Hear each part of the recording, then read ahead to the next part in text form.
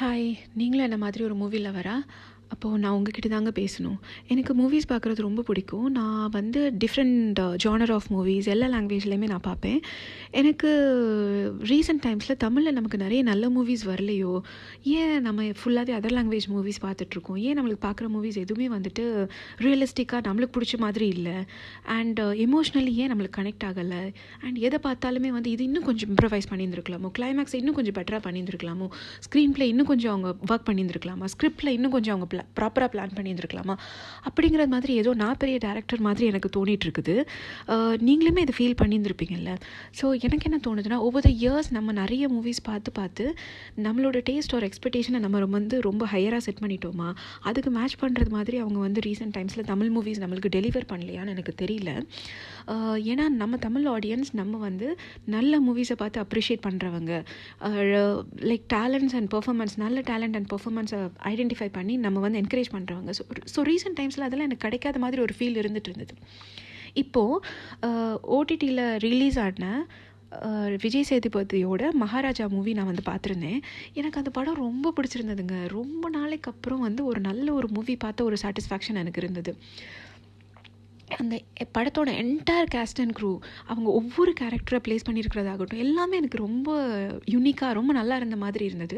So அதனால தான் அந்த மூவி பார்த்தோன்னா அதை பற்றி எனக்கு யார்கிட்டையாவது ஷேர் பண்ணணும்னு தோணுச்சு. அதனால தான் நான் பேசிகிட்ருக்கேன். Start from Vijay Sethupathi. Like Vijay Sethupathi ஒரு பெர்ஃபார்மராக எந்த அளவுக்கு நல்லா பண்ணுவாங்கன்னு நம்மளுக்கு தெரியும். நம்ம இவ்வளோ வருஷமாக பார்த்து அப்ரிஷியேட் பண்ண, என்கரேஜ் பண்ண விஜய் சேதுபதியை ரீசெண்ட் டைம்ஸில் கொஞ்சம் மிஸ் பண்ண மாதிரி எனக்கு தோணுச்சு. ஸோ எனக்கு என்னென்னா ஃபைனலி ஹீ இஸ் பேக்குன்னு தான் தோணுது இந்த மூவி பார்த்ததுக்கப்புறமா.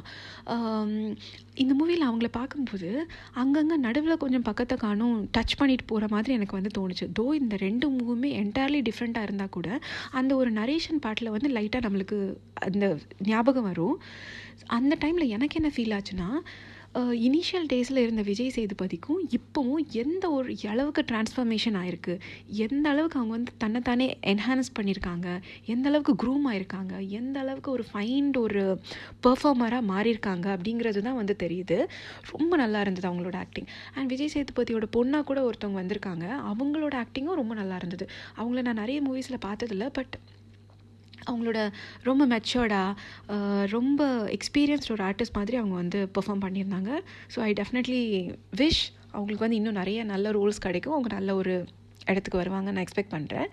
அண்ட் நட்டராஜ், நம்மளுக்கு வந்து அவங்களோட பர்ஃபார்மன்ஸ் பார்த்து நம்ம நிறைய என்ஜாய் பண்ணியிருக்கோம். ஃபார் எக்ஸாம்பிள் லைக் தனுஷோட கர்ணன் மூவியில் கூட அவங்களோட அமேசிங் பர்ஃபார்மன்ஸ் பார்த்து நம்ம அந்தளவுக்கு அவங்களுக்கு ஹேட்டர்னஸ் வந்து கொடுத்துருக்கோம். சிமிலர்லி இதுலேயுமே அப்படி தான் ஸ்டார்ட் ஆகும். லைக் ஏன் அப்படிங்கிறது மாதிரி, ஏன் இப்படி பண்ணுறாங்க அப்படிங்கிறது மாதிரி வந்து நிறைய இடத்துல தோணுச்சு. பட் ஒரு மொமெண்ட்டில் ஒரு டிரான்ஸ்ஃபர்மேஷன் கொடுப்பாங்க பாருங்களேன், அப்படி ஒரு கூஸ்பம் மொமெண்ட் தாங்க.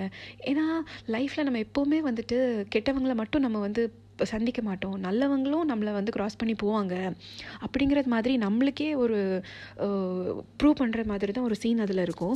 ஒரு ரூமில் ஒரு 4 நல்லவங்க இருந்தால் எப்படி இருக்கும், அந்த மாதிரி ஒரு சீனை வந்து க்ரியேட் பண்ணியிருப்பாங்க.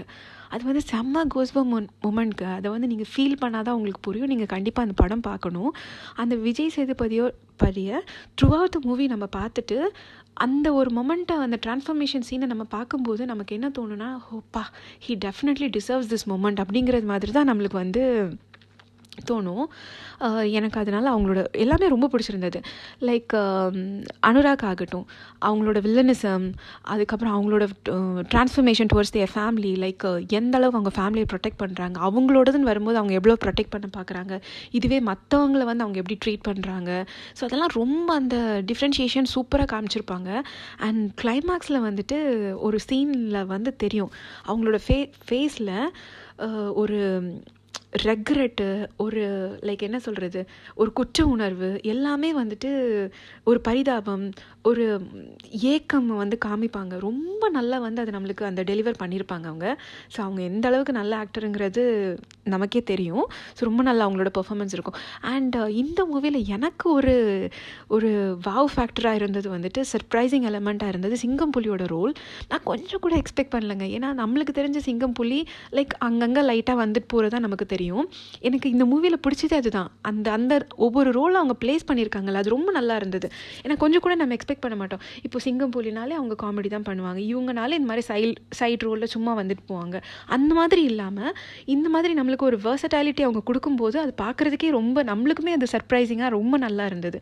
ஸோ எனக்கு அவங்களோட ரோல் ரொம்ப ரொம்ப பிடிச்சிருந்தது. ஐ ரியலி விஷ் சிங்கம் புலி இந்த மாதிரி நிறைய கோயிங் ஃபார்வர்ட் வந்துட்டு நிறைய டிஃப்ரெண்ட்டான வெர்சடைல் ரோல்ஸ் அவங்க பண்ணுவாங்க நான் எக்ஸ்பெக்ட் பண்ணுறேன்.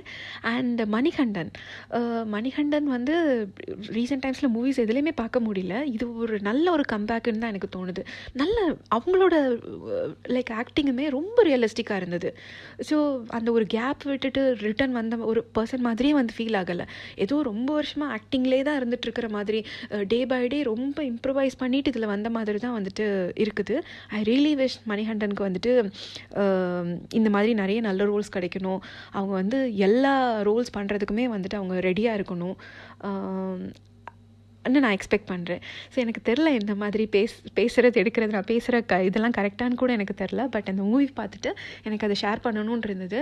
So just let me know, நான் ஃபீல் பண்ண மாதிரி தான் நீங்களுமே ஃபீல் பண்ணிங்களா, நான் என்னோடய தாட்ஸ் மாதிரி தான் உங்களோடதும் இருந்ததாங்கிறது ப்ளீஸ் எனக்கு தெரியப்படுத்துங்க. And bye, take care every one.